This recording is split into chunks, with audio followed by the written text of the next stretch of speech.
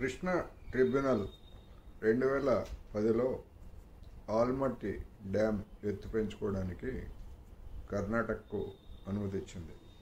అయితే గతంలో కేటాయించినటువంటి జలాల కేటాయింపుని మళ్ళా రెండో ట్రిబ్యునల్ ఇంతవరకు సవరించలేదు. అది సవరించి జలాల కేటాయింపును 3 రాష్ట్రాలకు, మహారాష్ట్ర, కర్ణాటక, ఇప్పుడు తెలంగాణ కూడా చేరింది కనుక ఆంధ్ర, తెలంగాణలకు కేటాయించిన తర్వాత ఎంత మేరకు నిధులు కేటాయిస్తారు, ఏమిటి నీళ్లు కేటాయిస్తారు ఏమిటి అనేటువంటి చూసిన తర్వాత కర్ణాటకకు వచ్చేటువంటి వాటాను ఆల్మట్టిలో నిల్వ చేసుకుంటుందా లేకపోతే మరొక ప్రాజెక్ట్ కట్టుకుంటుందా అనేటువంటిది వాళ్ళ అంతర్గత విషయం.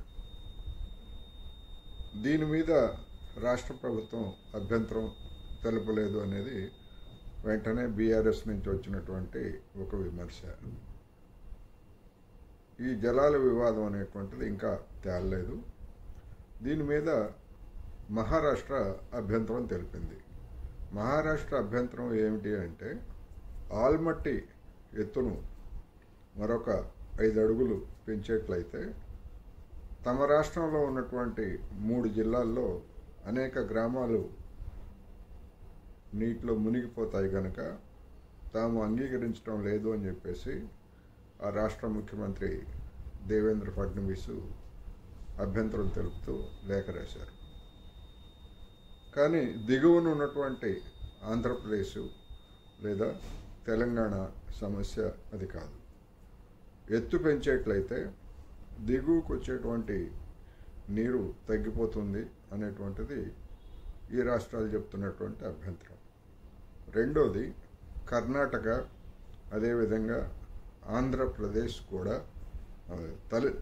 తెలంగాణ కూడా చేస్తున్నటువంటి వాదన ఏమిటంటే మిగులు జలాల్లో మాకు కూడా వాటా ఉండాలి అనేటువంటిది అనే అంశాన్ని రంగం మీదకి తెచ్చాయి.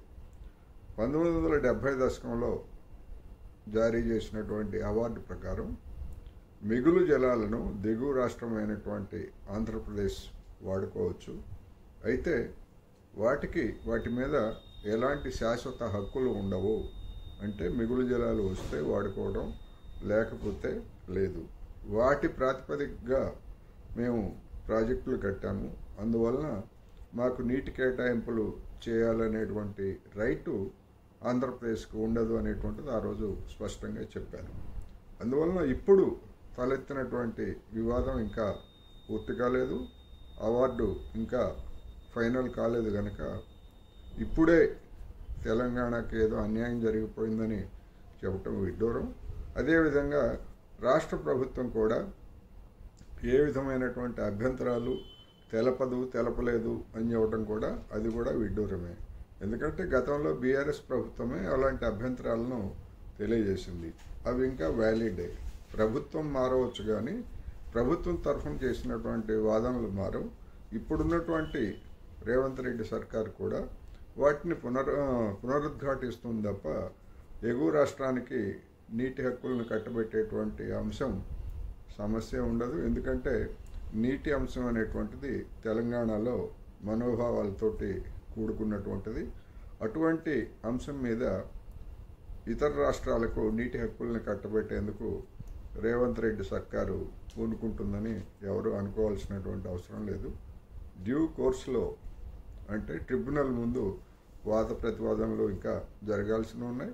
కొన్ని కోర్టు కేసులు కూడా ఉన్నటువంటి నేపథ్యంలో ఈ అంశం మీద అనవసరమైనటువంటి వివాదాలు రెచ్చగొట్టడం ద్వారా రాజకీయ లబ్ధి పొందేందుకు కొన్ని శక్తులు చూస్తున్నాయనేది చెప్పవచ్చు.